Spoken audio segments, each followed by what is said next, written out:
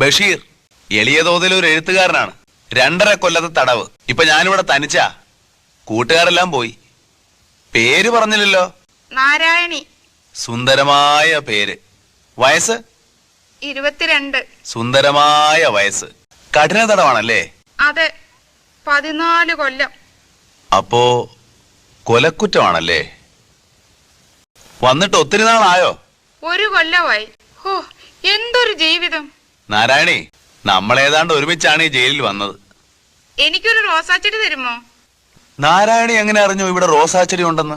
ജയിലല്ലേ, എല്ലാവരും അറിയും. ഇവിടെ രഹസ്യങ്ങളൊന്നുമില്ല. തരുമോ? എന്താ മിണ്ടാത്തെ?